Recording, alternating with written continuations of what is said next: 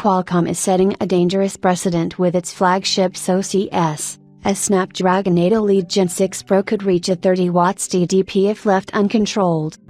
The current trajectory for Android flagship chipsets is a volatile path where companies like Qualcomm are focused more on boosting raw performance than paying attention to efficiency metrics.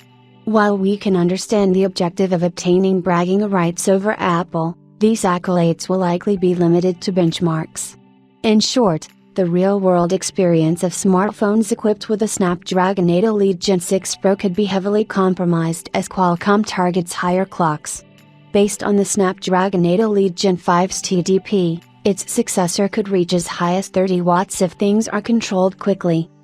Higher clock speeds target and the implementation of Exynos 2600's advanced cooling suggests the Snapdragon 8 Elite Gen 6 Pro could reach a new TDP record. A discussion on Reddit started by Sayent talks about the Snapdragon 8 Elite Gen 6 Pro getting too hot to handle because Qualcomm isn't putting a lid on controlling how fast these chipsets operate.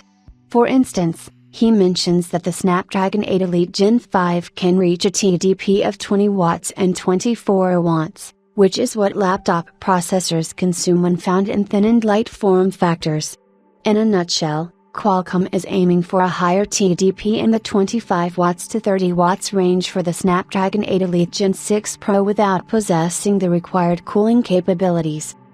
As for how Qualcomm aims to reach a higher power draw, the main way is to increase clock speeds.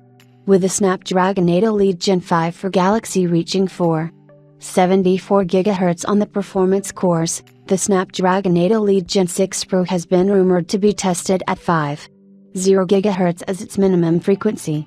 Even with high RPM cooling fans and vapor chambers, the congested internal space provided by smartphones is nowhere near sufficient to tame that 25 watts to 30 watts TDP, meaning that, in the majority of scenarios, the Snapdragon 8 Elite Gen 6 Pro will be thermal throttling.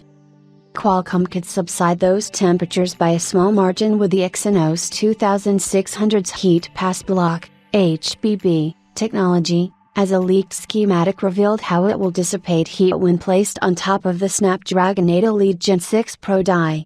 However, these upgrades aren't tackling the actual problem, which is chipset manufacturers focusing more on raw performance rather than efficiency and architectural improvements. Perhaps the only company innovating in this regard is Apple, with its A19 Pro's efficiency cores reaching up to 29% performance bump at no power draw. Beyond a particular frequency, every processor in every class will begin to experience diminishing returns and will have to increase its power draw dramatically to sustain those speeds. Qualcomm's partners will try to offset the Snapdragon 8 Elite Gen 6 Pro's power-hungry attributes by utilizing silicon-carbon batteries and upgrading cooling solutions. However, as mentioned previously, the problem needs to be addressed right at the source, and unfortunately, the solution is only in Qualcomm's hands.